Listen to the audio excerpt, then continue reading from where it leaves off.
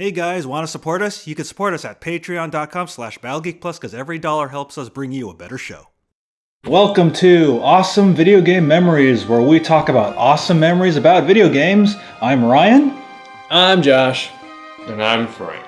And gee, what are we talking about today, guys? Adles. We're talking about Final Fantasy, right? What? What about Shadow of the Colossus? I think I like his idea better. Yeah. Well, anyways, we're talking about the very first Zelda on the NES. Do you guys remember the commercial? It's the Legend of Zelda, and it's really rad. The rap one? Yes. Do you remember the rap one? No, I don't. You don't remember the rap one. You should demonstrate it. Well, it's the Legend of Zelda, and it's really rad. Those creatures from Ganon are pretty bad. Those Octoroks, Tektites, and Levers too. But with your help, our hero pulls through.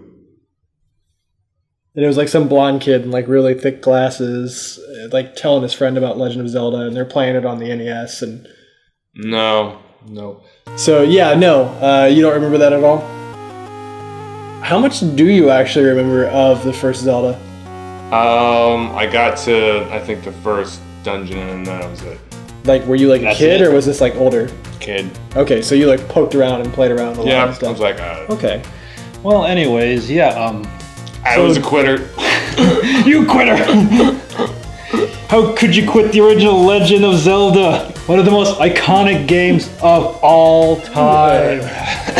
I was gonna console you, but you pulled away. Anyway, Yeah, so anyways, Josh, what is your first memory of the first Zelda? they all kind of blur together because I played it like that and Super Mario Brothers a lot, like alternating, like as a little kid. Before I was actually good at video games, you just hand the controller and then just kind of do things. And really, when it came to Zelda, like as far back as I can remember, I at least knew where like the first 3 dungeons were and how to get through them. But I spent most of my time just running around killing monsters on the overworld, just kind of like goofing around. Like I pretty much do in any like modern open world game. I just kind of run around and do whatever I want. Yeah, I remember my first memory of Zelda. I obviously saw the commercial, but that actually didn't want to make me buy the game. I was like, what kind of game is this about these like 2 kids singing about it? My cousin bought the game because he was really heavily into fantasy, and then he was telling me, yeah, you should go get Zelda. This is a really cool game. It's not like any other game where you have levels, you kind of explore this world, and the dungeons are actually the levels. So yeah, for its time, it was pretty innovative because it was actually based on... Now, all of you know who Shigeru Miyamoto is. Yeah, like who doesn't? He actually based this game during when he was a child and he would explore the woods in his backyard. He based that entire game off that, and I'm pretty sure all of us explored some kind of woods in our youth. Yeah, like that. He would explore like the woods, and there was apparently like a cave or something, or some caves like also like around the area where he lived. And whatnot, and so between those things, like that sense of wonder and openness and exploration, the kind of thing that they're trying to recapture with Breath of the Wild, that's where Zelda got its thing from. And maybe that's why, like as a kid, maybe it wasn't just not being good at it, but maybe just kind of that being so open and just doing whatever you want, and that's just kind of something I'm drawn to. Yeah. Maybe that's why I just kind of like got most of my Zelda playing done through just running around and killing things in the overworld and finding new places, but not really trying to solve any real objectives or anything after like the first few levels. Right. Oh yeah, and also as a kid, like, did you play Zelda with your friends or your relatives? Well, like real life Zelda, like you had like plastic swords and you like dressed up in green shirts pretending you were Link. Not much, because my best friend and I from childhood, Christopher, who does like music for Battle Geek Plus, because there was only one Link and he was always by himself, like we didn't really play Zelda. Instead, we played Super Mario Brothers, like if we were like gonna like pretend to be any video game characters. So how about you, Frank? Did you play Zelda with your friends? No. Okay, so you were the most normal out of all of us. Apparently. I think as a little kid that would make him the least normal. Like I'm just imagining like Frank like as he is now, but just tinier. like he's like, I'm Tiny Frank. I sit around and do nothing. Hey Frank, we're all playing Zelda. I'm waiting to get old enough to get a job. I'm Tiny Frank. Oh, so like, did you actually own the game as a kid? Yeah, I owned it a couple of times actually, because there was I had it, and then my parents split up. But that was like really young, like I don't even remember that. And then I didn't have it, and then I had it again like later, like my own copy. Oh, actually, when you bought your own copy, was it the golden one or the one on the gray cartridge? I had a golden copy. Okay, yeah, everybody had the golden copy. Right. Yeah, because I know the actual gray cartridge one is more rare. Is it? Yeah, it's all rare. Yeah. Oh wow. So it's not like like Ocarina of Time, like later on, where like they had the gold cartridge version, and then later ones are gray, and the gold ones are expensive and rare and all that. I have the golden Majora's Mask one. Oh, cool. Oh, okay. Well, you're rich. No, someone was selling it and I bought it. Oh, okay.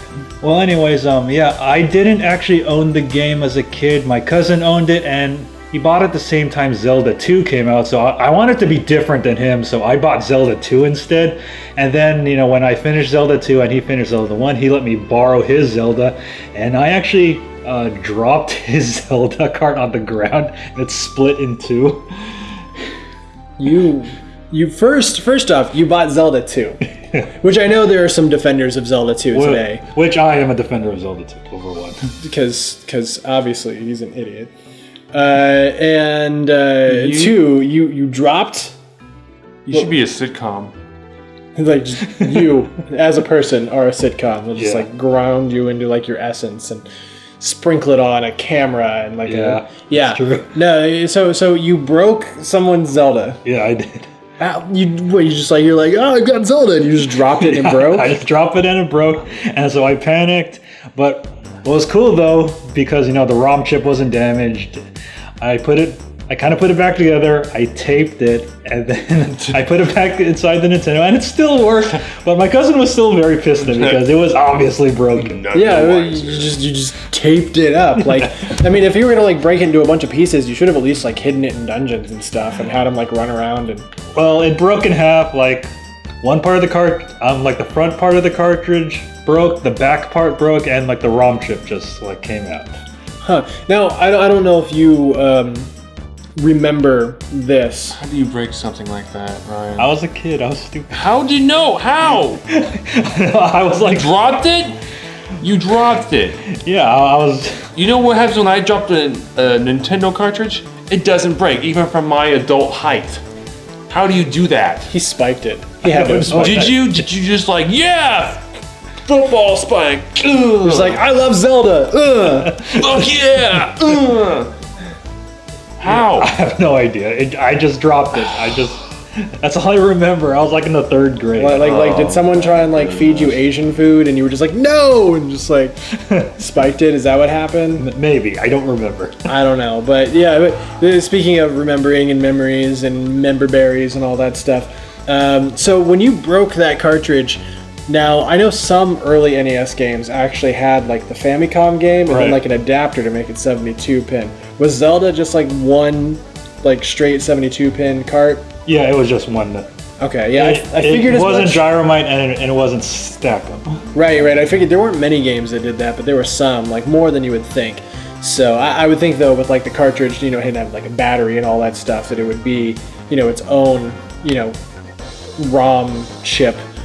Rather than kind of being finagled together and the good news is the cartridge actually did survive up until I sold it in 2005. Nice. I think my mom might still have my Zelda cartridge. I don't think she's had any reason to try and get rid of my Nintendo stuff or anything like that. So I think my Zelda cartridge is still safe and sound at my mom's house somewhere. Okay, good. Collecting dust, becoming a treasure. That sort of thing. Just as long as you don't drop it like I did. Well, in your case, spike it from 3 feet off the ground or however tall you were then. Right. That's Frank's right. Those cartridges, they do not break easily. I don't know what happened there. That's crazy. So I know what. Lying to us. No, I dropped it. That's all there was to it. So dropped it. So that music. Oh god, that Zelda music, iconic title music, right? You could just kind of hear it right now. If you think about it hard enough, you could think about it. And it kicks in with the percussion and everything, and then and that's something that that is like the Zelda theme, like through and through. Like I don't know, like even though like you didn't play it much as a kid, like that NES Zelda title screen music, like does that bring back any sort of nostalgia for you? No, only the Ocarina of Time one, and Link's Awakening does not something. Okay, so you at least got like the Link's Awakening like overworld theme. Yeah. So that's kind of got similar, but you don't have like that mysterious like, you know, the waterfall and then like, you know, And it then it turns goes dark, yeah. and then like, you know, it starts and it does like that English story on black and then tells you all the items and stuff like that. And it then tells you to see the manual for details. Yes. See manual for details. Yeah, hearing that song transports me back to the late 80s playing it with my cousin. I mean, that's how iconic that theme is. It makes me time travel. Right? Like I'm surprised they don't use that theme more in like more Zeldas and stuff like that. Like I was surprised not to hear it that much in Ocarina of Time. You know, like it was just kind of like you turn on Ocarina of Time and it's got that other like whistling like ocarina kind of theme going on, and I'm just like, what's this? You know, and like I'm running around in the overworld and it's like, what's this? You know, I mean, of course, like you go to like Kakariko and it's got the Kakariko song and all that stuff, but Kakariko wasn't even a thing yet in the original Zelda. But yeah, like original Zelda though, like you can, that theme, like it's like the opposite of like NES Ghostbusters in terms of just listening to that same song over and over again. NES Ghostbusters theme, like it's just kind of like, okay, after a while. Yeah. Where like Zelda, you're just kind of like, you're playing for like 7 hours and like still you're just hearing that Zelda theme and it is not, you do not get tired of it. Yep, even after 30 years, I'm still not tired of it. Right? So yeah, when you started playing Zelda, like, did you find the gameplay to be overly difficult or overly easy? I mean, I suppose like as a kid, the idea of, you know, if you wanted me to actually go through and get through like all 9 dungeons and all that stuff, if someone like assigned me to do that, it would probably be at the age I was playing it the most, that would probably be like really difficult for me. I'd probably like get bored and want to do something else. Right. But if you were just like, here, sit down and just experience Zelda however you want to, then yeah, no, it wasn't like actually like an overly difficult game at all. Like it wasn't that hard to stay alive and go find fairies when your life gets low and, you know, all that stuff, and run around and do things and not get hit by rocks and all that stuff. It had the appropriate level of challenge for just running around the overworld, you know, just doing whatever you want to do. Yeah, because I remember, even without guides back in the day, like I didn't have Nintendo Power back in the day, and it was still pretty easy to solve stuff in this game. It wasn't too difficult to beat a lot of dungeons until I got to level 4 where those likes eat your shield. Then I also remember having trouble on level 6 with the wizards, and then level 8 with those Dark Nut Knights just walking all over the place, and then level 9 was pretty crazy. Yeah, no, like as a kid, it was after the Game Genie became a thing, and I had a strategy guide that I actually went about trying to like beat Zelda. Yeah. Like actually beat it. It's not something that I actually went about like trying to do like as a kid. But then like back then, like it really wasn't a given that you were gonna beat a game as a kid. Yeah. Like, you know, it's like, oh, you've beaten that game? Like that's crazy. I haven't done that. Like, have you beaten any games? You know, that was something that like before, say, like the N64 and like PlayStation era, like you didn't just beat games all the time. So the idea of me not having beat the original Zelda like as a kid, like that really doesn't make any sort of difference to me at all. And like, you know, like if you were just like, what? You picked up Ocarina of Time and you didn't beat it? You know, like that's just not a thing. I don't know. Did you ever play more Zelda like as an adult or anything like that? Any of the original? No. Okay, like so you're just like one and done, first level, not even ever gonna play it again. No, I didn't even beat the first level. I was just actually wandering around, and then I accidentally, I think it was the first level, I accidentally wandered into a dungeon, and then I got my butt kicked. I'm like, I don't know what's going on. So you just stopped, like you were just like, no. It wasn't my game anyway, so I was like, no, I'm not gonna play this. I'm gonna play Mario Brothers. Okay, so you didn't even own it, like you were just okay. So like it was going into that dungeon was the thing that made you go away from Zelda. as opposed to like me where I was just running around outside just doing whatever until like I got bored, or Ryan who's all like, I'm actually going to try and beat it because, you know, I'm Ryan and you know, that's what I do. Oh yeah, and also when you were exploring the overworld, like did you try to like bomb every rock? Did you try to move every rock too? Did you also try to burn every tree to find secrets? I knew some of the like particular trees to burn and rocks to bomb and stuff like that, but I've always been, when it comes to games, I've always been like the kind of person that tries to like conserve their ammo, and even like when you really shouldn't. Like that's why I'm horrible at Castlevania and like Ninja Gaiden, is because I'm trying to like just get through with using like my extra stuff like as little as possible. So like, you know, I'd have, you know, like 8 bombs or something like that, and I'm just kind of like, I might need those 8 bombs, and I don't know when I'm going to get bombs again. Yeah, because of, speaking of the bombs, I remember the boss of the second dungeon, I think they call him the Dodongo. Dodongo, yeah. Yeah, like you had to put bombs in him, but I didn't know that. See, like, there was never a point that I remember actually learning that. There was just, like, knowledge that I already had, like, in my earliest memories. Like, it's just kind of like, oh, yeah, you feed them bombs. Yeah, I just kind of randomly dropped it because I was, like, hitting with the sword, with the boomerang. I'm like, what do? I just drop down a bomb. Okay, I hope this kills it, but then he swallows it. It actually doesn't blow up at first, and then he's like making the animation, or oh crap, the bomb's inside me, and then he just disappeared. I'm like, okay.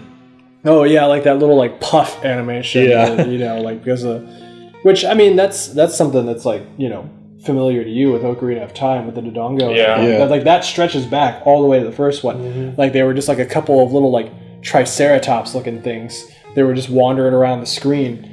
And they were a boss the first time you come up against them, and you have to drop, and they would just randomly turn in different directions. They wouldn't come after you or anything like that. So like it would suck like if you put the bomb too early and then they just kind of turn, or if you know you cut it too close and they just run straight into you before you have a chance to move out of the way.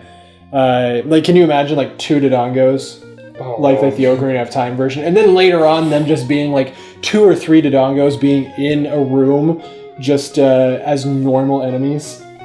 Like that's kind of what Dodongos were like in the first one. Yeah, and you don't have those plants that give you unlimited bombs. If you ran out of bombs, you had to grind them in another room. Oh, kids these days have it so much easier. So actually, no. Like speaking of it being easier, like my favorite way to play it now is actually on the 3DS. Yeah, me too. Because you can just save like whenever you want. You just make a save state. So like I could just sit there and like, man, I kind of still suck at level 9, and you just kind of like save every time you go into a different room. Yeah, that's what I did. So yeah. Yeah, also I remember. Also about level 9, I remember me and my cousin found it before we beat all the dungeons. So that old man was blocking the way. So like we tried to kill the old man for a couple of hours, and then you know that, and then the fire attacks you. Oh yeah. I remember like if you would like attack the old man, like the fire pits on either side, like they start like, you know, chucking fireballs at you and stuff like that. Yeah. Which is really crazy because like if you go like to any other cave where there's like a couple of fire pits and the dude in the middle and you walk up and you try and attack him or whatever, like the sword has like no effect. Yeah. But like the old men like in the dungeons, specifically the level 9 dungeon, I don't know if it was anywhere else, I can't remember. But if you like walked up and like you hit him with your sword, then like just he would start like attacking you and like trying to run you off. And that was pretty crazy. I wonder why like they, for that specific one, they decided to do that. Maybe they figured that like people would like get frustrated and try and like just kill the guy, so they wanted to actually like have like an effect for that part. Although at the beginning of the game, like remember the old man that says it's dangerous to go alone, take this, and you raise your sword and kill him? Well, you don't exactly kill him, but it looks like you do. You know, I never really thought of it that way. Like a lot of people kept saying like, yeah, you killed the old man at the beginning of the game. I had never heard that one. Like that's strange. Like your friends are weird, man. Yeah. Like it was just kind of like no, like it's just a video game thing. He just kind of goes away. Yeah, like my friends also like they constantly debated me when you fight Ganon at the end, like whether it takes 1 or 2 silver arrows to beat him. Like they always said it takes 2, but I counted it just takes 1. Well, I'm glad you can count halfway to 2. Yeah. And now, as a kid. now we know whether or not, you know, it's 1 or 2. the Silver Era, like you actually beat Zelda like as a kid, like legit. Yeah, like legit. No Game Genie and all that No stuff. Game Genie. And like your friends did too. Yeah. Oh, okay. Like so that was pretty hardcore. Like really like even I was talking about Christopher earlier. Like I don't remember him beating Zelda back in the day. Like that was kind of a huge game. Like I remember him beating like Link to the Past, but not like the original Zelda. Oh yeah. So. Yeah, also like my friends were talking about the second quest. Have you ever played the second quest? Yeah. You type in like Zelda. Yeah, type Zelda. Or you just beat and, the game. Yeah, and well, I didn't do the first. I didn't beat the game. I remember the second quest. They rearrange all the dungeons and they add a lot more stuff in the dungeons. Like, like there's old men in the dungeons in the second quest. You either had to pay them 100 rupees or one of your life containers, like to proceed. And I always hated that. Oh, yeah. No, I don't remember any of that at all. The thing that I remember most about Second Quest was that there were walls you could walk through. Yeah, that I remember. That was the big thing that I remember. That was one of the two big things I remember, because my mom, again, like she played Zelda pretty, like, I don't know what I'm saying. She played it pretty hardcore. Yeah. Back when it was a newer game. And, and she still played games. And she... Like one of the two little bits of wisdom about the game that I remember specifically from her was one which was true, which was, if you type in Zelda, you get the second quest, and in the second quest, there are walls you can walk through in some of the dungeons. And then the other thing being all like, she told me specifically to not go to dungeons out of order. Oh, really? Because she had read somewhere in the instruction manual, which I never saw where, that if you go to the dungeons out of order, the game will punish you for it by putting some super hard monster somewhere that you couldn't get past. And I don't know, maybe if she misinterpreted the idea of you have to have certain items for certain enemies or something like that, or what, because nowadays people they go through Zelda speedruns and stuff, and they play Zelda randomizer, and they just go all kinds of out of order and skip levels entirely, and stuff. Well, you can't really. You gotta get the Triforce, but you know what I mean. Yeah, definitely. They'll skip items and stuff like that they don't need or whatever. Get items early, and so I have no idea where she got that bit of knowledge from. But I remember Second Quest walking through walls. Yeah, I walked through walls. Yeah, I also remember. I remember when I beat the second quest. I really didn't like the second quest that much because I just didn't like the flow of it because they rearrange everything. The dungeons are in the weirdest places now. I remember I think level 7 was kind of near the waterfall, where level 5 was in the first quest. Oh yeah. I figure they probably put so much love and crafted the world to be so perfect for the time and everything when they made Hyrule for the first quest that they really couldn't do the same thing without just changing the world around and making a brand new Hyrule entirely for the second quest, which they probably didn't have enough memory to do on that 8-bit cartridge. Obviously. So just rearranging where things are is probably why that happened that way, just for extra challenge, not for being the best game ever. Yeah, and also, my friend said, after the second quest, there was a third quest, and then there's a sixth quest, and one of my friends told me he beat the 7th quest, and I actually kind of believed him, because I was thinking, on the screen where you get to choose your game, Link holds up the sword if it's a second quest, and then there's all those items, so I thought for every quest he would hold up a different item. So, hey, if Link holds up the wand, it's the 6th quest. I had never heard of a third, fourth quest, any of that stuff. Most kids I knew didn't even get through first quest. And they typed their name in as Zelda to get second quest. Yeah. So you never played it enough to even try and get second quest or anything. No.